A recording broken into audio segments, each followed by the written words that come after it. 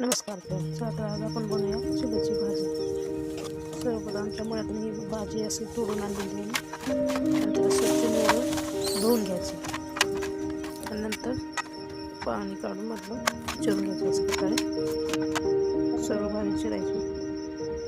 फोडणीसाठी 1.5 चमचा मिरची, नंतर हळद, मीठ, नंतर त्याप्रमाणे फोडणीसाठी असे मी कट करून काढायचे छोटे छोटे दुखण्याचे जिरे, तेल फोडणी करायची।